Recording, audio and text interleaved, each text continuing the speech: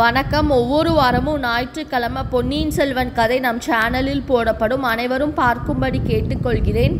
வந்தியத்தேவன் திரும்பி பார்த்தார். பயங்கரமான காட்சி அவர் கண் முன்னே காணப்பட்டது. முடிவில்லாது பறந்திருந்த இருளில் ஆங்காங்கே 10, 20, 100 அக்னி குண்டங்கள் தோன்றின. அவற்றிலிருந்து புகை இல்லை, வெளிச்சமும் இல்லை. கீழே விறகு போட்டு எரிந்து உண்டாகும் தீப்பிழம்புகளும் அல்ல, வெறும் நெருப்பு பிண்டங்கள். அவற்றில் சில பிண்டங்கள் மறைந்தன, வேறு சில தீப்பிண்டங்கள் புதிதாக எழுந்து நின்றன. ஒரு பிரம்மாண்டமான கரிய இருள் நிறம் கொண்ட ராட்சசர். அவருக்கு தலை இல்லை. அவருக்கு ஒரு வாய் அல்ல, பல வாய்கள் இருந்தன. அந்த வாய்களை அவர் அடிக்கடி திறந்து மூடினார். திறக்கும்போது வயிற்றிலிருந்து தீயின் ஜுவாலை வாய்களின் வழியாக வெளியே வந்தது, மூடும் போது மறைந்தது. இந்த காட்சியை கண்ட வந்தியத்தேவனுடைய ஒவ்வொரு ரோம கால் வழியாகவும் அவருடைய உடம்பின் ரத்தம் கசிவது போல் இருந்தது. அப்படிப்பட்ட பீதி அவரை என்றைக்கும் ஆட்கொண்டதில்லை. பெரிய பழுவேட்டையரின் பாதாள நிலவரையில் கூட இல்லை. அவர் பின்னால் ஆஹாஹா என்று ஒரு சிரிப்பு கேட்டது. திரும்பி பார்த்தார். பூங்குழலிதான். வேறு ஒரு சந்தர்ப்பத்திலேயே என்றால் அவளுடைய அந்த சிரிப்பே அவருக்கு அளவில்லாத பயங்கரத்தை உண்டாக்கி இருக்கும். இப்போது அதே சிரிப்பு தைரியத்தை அளித்தது. இரத்தமும் சதையும் உடலும் உயிரும் உள்ள ஒரு பெண் ஒருத்தி அவர் பக்கத்தில் இருப்பது அவருக்கு ஆறுதலாக இருந்தது.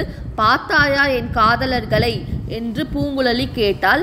இந்த கொல்லிவாய் பிசாசுகள் தான் என் காதலர்கள். இவர்களை பார்த்து பேசி செல்வதற்காக தான் நள்ளிரவில் இந்த இடத்துக்கு நான் வருகிறேன் என்றாள். இந்த பெண்ணுக்கு நன்றாக பிடித்திருக்கிறது என்பதில் எல்லளவும் சந்தேகமில்லை. இவளுடைய உதவியை கொண்டு இலங்கைக்கு போகிறது நடக்கிற காரியமா? இவ்வாறு வந்தியத்தேவன் எண்ணினார். அவருடைய உள் மனதிலிருந்து வேறு ஏதோ ஒரு எண்ணம் வெளிவர போராடி கொண்டிருந்தது. அது என்ன? இந்த கொல்லிவாய் பிசாசுகளை பற்றி ஏதோ ஒரு விஷயம்தான். உன்னுடைய சிநேகிதன் சேந்தன் அமுதனால் இத்தகைய காதலர்களோடு போட்டியிட முடியுமா என்று பூங்குழலி கூறியது கிணற்றுக்குள்ளே இருந்து வரும் குரலை போல் கேட்டது. ஏனெனில் அவருடைய உள்ளம் அப்போது எதையோ ஞாபகப்படுத்தி கொள்ள முயன்று கொண்டிருந்தது. கடைசியில் ஒரு பெரிய போராட்டம் மனதுக்குள்ளேதான். இதோ ஞாபகம் வந்துவிட்டது. கந்தகம் கலந்த பூமி பிரதேசங்களில் தண்ணீர் வெகு காலம் தங்கி நின்று சதுப்பு நிலமானால் அத்தகைய இடங்களில் இரவில் இம்மாதிரி தோற்றங்கள் ஏற்படும். பூமிக்குள்ளே இருந்து கந்தகம் கலந்த வாயு வெளியே வரும்போது நெருப்பு பிளம்பு வருவது போல் இருக்கும். சில சமயம் நீடித்து நிற்கும், சில சமயம் குப் குப் என்று தோன்றி மறையும். இந்த இயற்கை தோற்றத்தை கண்டு அறியாத மக்கள் பயப்படுவார்கள். கொல்லிவாய் பிசாசு என்று பயங்கர பெயர் கொடுத்து பீதி அடைவார்கள். இப்படி பெரியோர் சொல்லி அவர் கேள்விப்பட்டிருந்தது ஞாபகத்துக்கு வந்தது. பிறகு அவருடைய அறிவுக்கும் பயத்துக்கும் போர் நடந்தது. அறிவு வெற்றி பெற்றது. ஆனால் அதையெல்லாம் இச்சமயம் இந்த பிரம்மை பிடித்த பெண்ணிடம் சொல்லி பயனில்லை.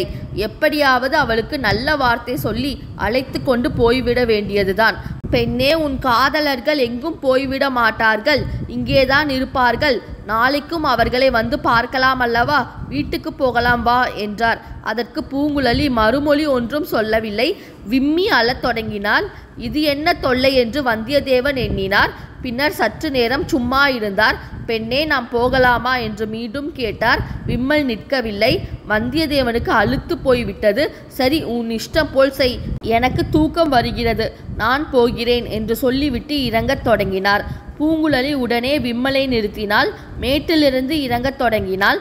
நாளே பாய்ச்சலில் வந்தியத்தேவனுக்கு முன்னால் கீழே போய் நின்றாள். வந்தியத்தேவன் ஓடிப்போய் அவளை பிடித்தாள். இருவரும் கலங்கரை விளக்கை நோக்கி நடக்கத் தொடங்கினார்கள். இந்த பித்து பிடித்த பெண்ணை நம்பி படகில் ஏறுவதாவது கடலை கடப்பதாவது ஆயினும் வேறு வழி இல்லை என்று தெரிகிறதே. ஏதாவது நல்ல வார்த்தை சொல்லி சிநேகிதம் செய்து கொள்ள பார்க்கலாம். வானத்தில் வால் நட்சத்திரம் தோன்றுகிறதே, அதை பற்றி உன் கருத்து என்ன என்று பூங்குழலி கேட்டார். என் கருத்து ஒன்றுமில்லை. வால் நட்சத்திரம் தோன்றுகிறது, அவ்வளவுதான் என்றார் வந்தியத்தேவன். வால் நட்சத்திரம் வானில் தோன்றினால் பூமியில் பெரிய கேடுகள் விளையும் என்று சொல்கிறார்களே, அப்படிதான் சிலர் சொல்கிறார்கள் அப்படின்னு வந்தியத்தேவன் சொன்னாரு. நீ என்ன சொல்கிறாய் அப்படின்னு பூங்குழலி கேட்க, நான் ஜோதிட சாஸ்திரம் பதித்ததில்லை, ஜனங்கள் அப்படி சொல்லிக் கொள்வது தான் எனக்கு தெரியும் அப்படின்னு வந்தியத்தேவன் சொன்னாரு. சற்று நேரம் மௌனமாக நடந்தார்கள். பிறகு பூங்குழலி, சக்கரவர்த்திக்கு உடம்பு சுகமில்லை என்று சொல்கிறார்களே, அது உண்மைதானா அப்படின்னு பூங்குழலி கேட்க, இவள் அவ்வளவு பித்து பிடித்த பெண் அல்ல, அப்படின்னு வந்தியத்தேவன் எண்ணிக்கொண்டாரு. கொஞ்சம் அவருக்கு நம்பிக்கை பிறந்தது. நானே என் கண்ணால் பார்த்தேன். சக்கரவர்த்தி படுத்த படுக்கையாய் கிடக்கிறார். 2 கால்களிலும் உணர்ச்சியே கிடையாது. ஓர் அடி கூட எடுத்து வைக்க முடியாது. அவரை குணப்படுத்த மூலிகை கொண்டு வரதானே நான் வந்திருக்கிறேன். பெண்ணே, எனக்கு நீ ஒரு உதவி செய்வாயா அப்படின்னு வந்தியத்தேவன் கேட்டாரு. அதற்கு மறுமொழி சொல்லாமல், சக்கரவர்த்தி அதிக நாள் உயிரோடு இருக்க மாட்டார், சீக்கிரத்தில் இறந்து போய் விடுவார் என்று சொல்கிறார்களே, அது உண்மையா என்று கேட்டாள் பூங்குழலி. நீ இச்சமயம் உதவி செய்யாவிட்டால் அப்படி நடந்தாலும் நடந்துவிடும். இலங்கையில் ஒரு அபூர்வ சஞ்சீவினி மூலிகை இருக்கிறதாம். அதை கொண்டு வந்தால் சக்கரவர்த்தி பிழைத்து கொள்வாராம். நீ படகு தள்ளிக்கொண்டு இலங்கைக்கு வருவாயா? சக்கரவர்த்தி ஒருவேளை இறந்து போனால் அடுத்தபடி யார் பட்டத்துக்கு வருவார்கள் என்று பூங்குழலி கேட்டது வந்தியத்தேவனை தூக்கி வாரி போட்டது. பெண்ணே, எனக்கும் உனக்கும் அதை பற்றி என்ன? யார் பட்டத்துக்கு வந்தால் நமக்கென்ன கவலை அப்படின்னு வந்தியத்தேவன் சொல்ல, ஏன் கவலை இல்லை? நீயும் நானும் இந்த ராஜ்யத்தின் பிரஜைகள் அல்லவா அப்படின்னு பூங்குழலி சொல்ல, இந்த பெண் பித்து பிடித்தவளே அல்ல. இவளிடம் ஜாக்கிரதையாகவே நடந்து கொள்ள வேண்டும். இவளுடைய விசித்திரமான செயல்களுக்கு வேறு காரணம் இருக்க வேண்டும் அப்படின்னு வந்தியத்தேவன் யோசிச்சாரு. ஏன் பேசாமல் இருக்கிறாய்? அடுத்த பட்டத்துக்கு யார் வருவார்கள் அப்படின்னு பூங்குழலி மீண்டும் கேட்டாங்க. ஆதித்ய கரிகாலருக்கு தானே யுவராஜ பட்டம் கட்டி இருக்கிறது. அவர்தான் நியாயமாக அடுத்த பட்டத்துக்கு வர வேண்டும். மதுராந்தகர் அவருக்கு உரிமை ஒன்றும் இல்லையா அப்படின்னு பூங்குழலி கேட்டாங்க. அவர்தான் ராஜ்யம் வேண்டாம் என்று சொல்லிவிட்டாரே அப்படின்னு வந்தியத்தேவன் சொன்னாரு. முன்னர் அப்படி சொன்னார், இப்போது ராஜ்யம் வேண்டும் என்று சொல்கிறாராமே அப்படின்னு பூங்குழலி கேட்க, அவர் சொன்னால் போதுமா? பிரஜைகள் எல்லோரும் ஒப்புக்கொள்ள வேண்டாமா அப்படின்னு வந்தியத்தேவன் சொல்ல, பெரிய மனிதர்கள் பலர் அவர் கட்சியில் இருக்கிறார்களாமே அப்படின்னு பூங்குழலி சொல்ல, அப்படிதான் நானும் கேள்விப்பட்டேன். இவ்வளவும் உன் காது வரையில் வந்து எட்டியிருப்பதை நினைத்தால் எனக்கு மிகவும் ஆச்சரியமாக இருக்கிறது அப்படின்னு வந்தியத்தேவன் சொன்னார். சுந்தர சோழர் திடீரென்று இறந்து போனால் என்ன ஆகும் அப்படின்னு பூங்குழலி கேட்டாங்க. தேசமெல்லாம் பெரும் குழப்பமாகிவிடும். அதை தடுப்பதற்கு தான் உன் உதவி இப்போது தேவையாய் இருக்கிறது அப்படின்னு வந்தியத்தேவன் சொன்னார். நான் என்ன உதவி செய்ய முடியும் அப்படின்னு பூங்குழலி கேட்டாங்க. முன்னமே சொன்னேனே, நான் அவசரமாக மூலிகை கொண்டு வர இலங்கை தீவுக்கு போக வேண்டும். அதற்கு நீ படகு வலித்து கொண்டு வர வேண்டும் அப்படின்னு வந்தியத்தேவன் கேட்டாரு. என்னை எதற்காக அழைக்கிறாய்? ஒரு பெண் பிள்ளையை படகு தள்ளும்படி கேட்க வெட்கமாக இல்லையா அப்படின்னு பூங்குழலி கேட்டாங்க. வேறு யாரும் இல்லை என்று உன் தந்தை சொல்கிறார். உன் அண்ணன் கூட நேற்று போய்விட்டாராமே அப்படின்னு வந்தியத்தேவன் பதில் சொன்னாரு.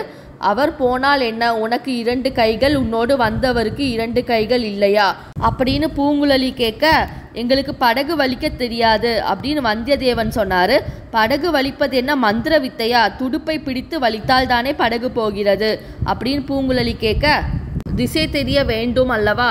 நடுக்கடலில் திசை தெரியாமல் போய்விட்டால் அப்படின்னு வந்தியத்தேவன் சொல்ல, நடுக்கடலில் திசை தெரியாவிட்டால் மூழ்கி சாகுங்கள். அதற்கு நான் என்ன செய்யட்டும் அப்படின்னு பூங்குழலி சொன்னாங்க. கலங்கரை விளக்கின் அருகில் அவர்கள் வந்துவிட்டார்கள். வந்தியத்தேவனும் அத்துடன் அந்த பேச்சை நிறுத்திவிட விரும்பினார். மேலும் பேச்சை வளர்த்து பூங்குழலியின் மறுப்பை உறுதிப்படுத்திவிட அவர் விரும்பவில்லை. அவள் அவ்வளவு கண்டிப்பாக மறுமொழி சொன்ன போதிலும் அவளுடைய குரலும் பேச்சின் தோரணையும் அவருடைய உள்ளத்தில் சிறியதொரு நம்பிக்கை சுடரை உண்டாக்கி இருந்தன. 2ஆம் முறை படுத்த பிறகு வெகு நேரம் வந்தியத்தேவருக்கு தூக்கம் வரவில்லை. ஏதோ எண்ணங்களினால் அவருடைய உள்ளம் வெகுவாக குழம்பிக் கொண்டிருந்தது. 4ஆம் ஜாமத்தின் ஆரம்பத்தில்தான் தூங்கினார். தூக்கத்தில் வந்தியத்தேவன் கனவு கண்டார். பாய்மரம் விரித்த சிறிய படகில் பூங்குழலியும் அவரும் எதிரெதிராக அமர்ந்திருந்தார்கள். நாலாபுறமும் கடல், எங்கு நோக்கினாலும் ஜலம், இனிய பூங்காற்று. படகு அக்காற்றில் மிதப்பது போல போய்கொண்டிருந்தது. பூங்குழலியின் முகம் அழகே வடிவமாக பொலிந்தது. சுருண்ட மயிர் நெற்றியில் ஊசலாடி கொண்டிருந்தது. எங்கே போகிறோம், எதற்காக போகிறோம் என்பதெல்லாம் வந்தியத்தேவனுக்கு மறந்து போய்விட்டது. பூங்குழலியுடன் படகில் போவதற்காகவே இத்தனை நாள் பிரயாணம் செய்து வந்ததாக தோன்றது. ஒன்றே ஒன்று குறைவாக இருந்தது. அது என்ன, அது என்ன? பூங்குழலியின் பாட்டு. சேந்தன் அமுதன் சொல்லியிருந்தார் அல்லவா? பெண்ணே, உன் பவளவாயை திறந்து ஒரு பாட்டு பாட மாட்டாயா என்றார் வந்தியத்தேவன். என்ன சொன்னாய் என்று பூங்குழலி புன்னகையுடன் கேட்டாள். ஆஹா, அந்த புன்னகை 7 உலகமும் பெறாதா? உன் கனிவாயை திறந்து ஒரு கீதம் இசைக்க மாட்டாயா அப்படின்னு வந்தியத்தேவன் கேட்டார். கீதம் இசைத்தால் எனக்கு என்ன தருவாய் அப்படின்னு பூங்குழலி கேட்டாங்க. உன் அருகில் வந்து உன் அழகிய கன்னத்தில் அப்படின்னு வந்தியத்தேவன் சொல்ல, பூங்குழலி உடனே தன் மடியிலிருந்து ஒரு கூரிய கத்தியை எடுத்து கொண்டாள். கத்தி பிடித்த கையை ஓங்கினாள். இதோ பார், அந்த பாய்மரத்துக்கு இப்பால் ஒரு அணு அளவு நீ வந்தாலும் உன்னை இந்த கத்தியால் குத்தி விடுவேன். கடல் மீன்கள் மிக்க பசியோடு இருக்கின்றன என்றாள். இந்த சேனல் பிடிச்சிருந்தா லைக் பண்ணுங்கள், ஷேர் பண்ணுங்கள், சப்ஸ்கிரைப் பண்ணுங்கள். நீங்கள் சப்ஸ்கிரைப் பண்ண ஸ்க்ரீனில் வர வீங்கிற ஐக்கானை கிளிக் பண்ணுங்கள். அடுத்து என்ன நடந்தது என்பதை பற்றி அடுத்த வீடியோவில் பார்ப்போம். ஒவ்வொரு வாரமும் ஞாயிற்றுக்கிழமை பொன்னியின் செல்வன் கதை நம் சேனலில் போடப்படும். அனைவரும் பார்க்கும்படி கேட்டுக்கொள்கிறேன். நன்றி.